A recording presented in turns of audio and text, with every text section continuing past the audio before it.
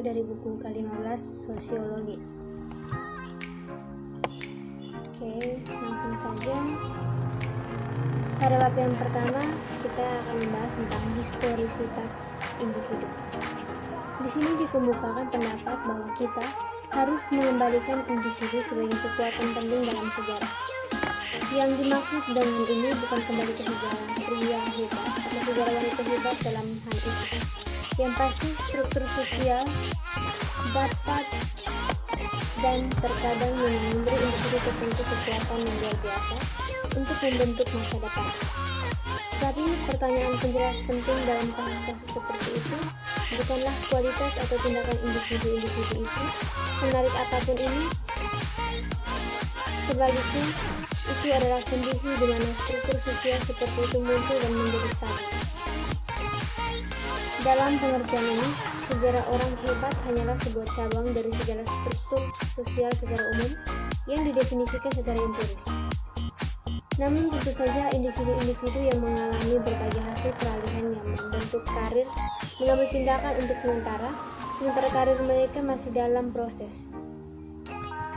Sekarang keyakinan bahwa perubahan sosial terjadi lebih cepat dan lebih cepat juga memerlukan keyakinan bahwa ketidakseimbangan antara kontinuitas struktural individu dan sosial dulu kurang dari sekarang. Artinya, sementara beberapa orang mungkin ingin menganggapnya sebagai aksioma bahwa individu memiliki lebih kontinuitas dari waktu ke waktu daripada struktur sosial, hubungan aktual antara kontinuitas struktural individu dan sosial mungkin merupakan masalah empiris yang bervariasi menurut waktu dan tempat. Beberapa dari hal-hal yang dipertahankan dengan ketat oleh struktur sosial manapun, perkawinan barangkali merupakan struktur sosial yang paling mirip dengan individu dalam pengertian biologis historisitas ini. Para berbagai praktik pernikahan, seksual, higienis, rumahan, makanan, dan sebagainya jadi diragukan lagi mengarah pada pengertian sebagian besar warisan biologis ini. Dalam arti harfiah itu, suami dan istri melakukan perbuatan menjadi satu kesatuan. Argumen keturunan darah melibatkan bergerak melampaui pemikiran tentang historisitas individu untuk berpikir tentang kesejahteraan dari jenis kelompok perantara. Di sini telah dibicarakan tentang historisitas substansif dalam konteks kelompok-kelompok seperti seluruh penduduk dan angkatan kerja. Ini adalah kelompok besar dan inklusif yang darinya keluar secara umum dengan beberapa cara yang langsung relatif seragam, kematian dalam kasus pertama dan pensiun atau kepergian lain dari angkatan kerja di sisi lain. Tetapi ketika kita mulai menggunakan konsep historisitas dalam kasus katakanlah pekerjaan individu, kita memasuki alam yang sama sekali baru untuk memahami kesejarahan suatu pekerjaan individu dari waktu ke waktu. Jelas merupakan langkah pertama dalam teori umum apapun tentang sejarah pekerjaan, tetapi ini sangat sulit. Konsep seperti itu harus melibatkan semua benang sejarah substansi individu yang masuk dan keluar dari penduduk melalui proses demografi maksudnya pekerjaan, mobilitas internal dan keluar. Argumen terkait dengan pernikahan sedikit lebih sulit dipahami. Setelah kita menggunakan konsep pengkodean untuk mengenali cara-cara di mana sejumlah besar sejarah masa lalu dibawa ke masa kini sebagai aset dan kewajiban serta kendala di masa kini yang muncul ketika mengingat historisitas individu secara massal, kita kemudian harus membuat satu langkah lagi untuk melihat bagaimana penataan ulang struktural itu terjadi pada saat ini. Artinya, kita harus melihat bagaimana pengkodean bergerak maju dari satu momen ke momen berikutnya dalam proses yang berpotensi menata ulang seluruh struktur sosial. Ada premis penting yang tersembunyi di sini. Gunaan dari gagasan pengkodean adalah bahwa hal itu membuat kita keluar dari masyarakat yang disajikan oleh fakta bahwa masa lalu sudah baik dan benar-benar hilang. Fakta bahwa tidak ada efek pada jalan sosial. Argumen ini dengan demikian agak lebih dinamis daripada argumen Norman Raider yang manakala klasiknya tentang kelompok dan perubahan sosial berfokus terutama pada dampak perbedaan yang diberikan pada kehidupan dalam kelompok.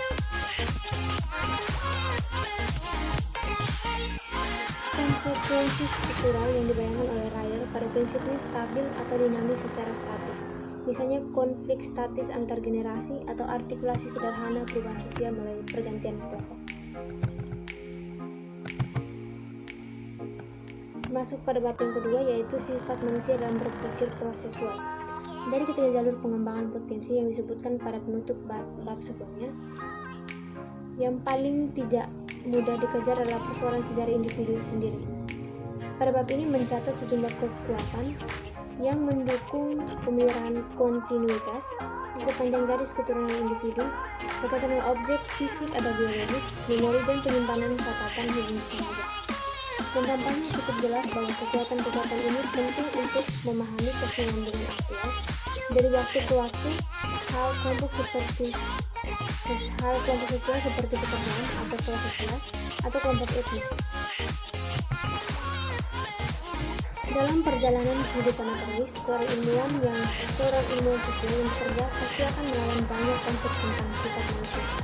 Orang terbiasa beralih di antara mereka dari Homo economicus ke Overviews yang terlalu disosialisasikan dari ego dan ke temperamen yang dibangun secara genetik dari plastisitas tak terhingga dari Geertz ke emosi universal Ekman.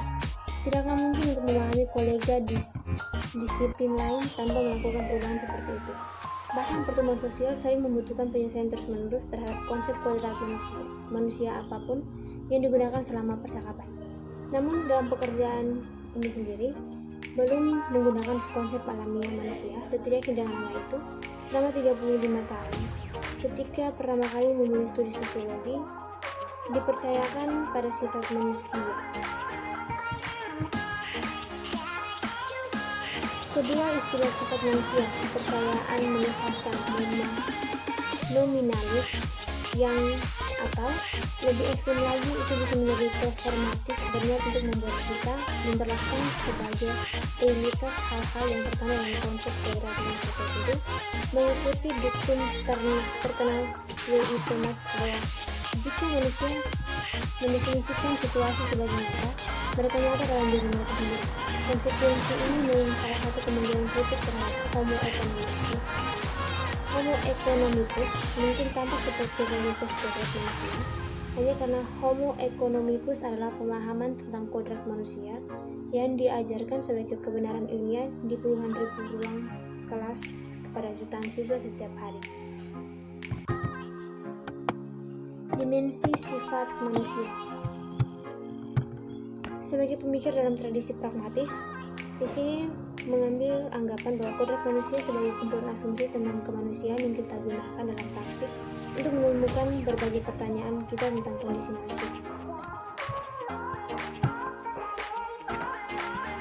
Kita masuk pada bab yang ketiga, yaitu ekologi terkait. Secara khusus sejarah korporeal, peringatan dan substansif memberikan dasar untuk tautan yang digunakan oleh aktivitas yang sedang berlangsung untuk menciptakan garis keturunan yang akan kita identifikasi sebagai seorang atau sekelompok.